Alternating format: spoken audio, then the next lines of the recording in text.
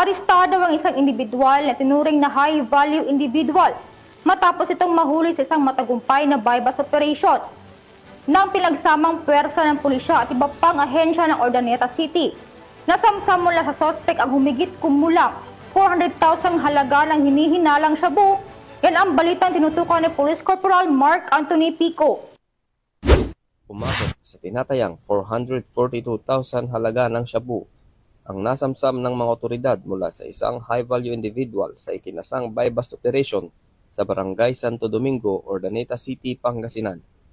Naaresto sa operasyon ang isang 54 na taong gulang na massage therapist matapos ang matagumpay na operasyon ng pinagsanib na puwersa ng PDEU Pangasinan PPO, katuwang ang PIU Pangasinan, PIT Pangasinan, RIU-1, RID-1, RPDEU-1, PDEG SOU-1, Urdaneta City Police Station at PDEA Regional Office 1. Nakumpiska mula sa sospek ang humigit kumulang 65 gramo ng shabu na nakalagay sa 5 heat-sealed plastic sachet kasama ang iba pang mga ebidensya.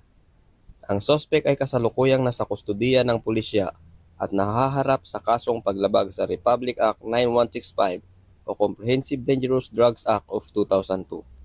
Ayon kay Police Brigadier General Dindo R. Reyes, Regional Director ng PRO1, ito ay bunga ng dedikasyon, sakripisyo at matibay na ugnayan ng ating mga unit at katuwang na ahensya sa patuloy na kampanya laban sa pinagbabawal na gamot. Nananatiling matatag ang PRO1 sa adhikaing mapanatili ang Ilocos Region kung saan mamamayani ang batas, disiplina at kapayapaan. Dahil ang kapulisan ng Region 1 ay maaasahan, malalapitan at mapagkakatiwalaan. Mula dito sa Ilocos Region, ako ang inyong PNN correspondent, Police Corporal Mark Anthony Pico, alagad ng batas, tagataguyod ng Balitang Pulis.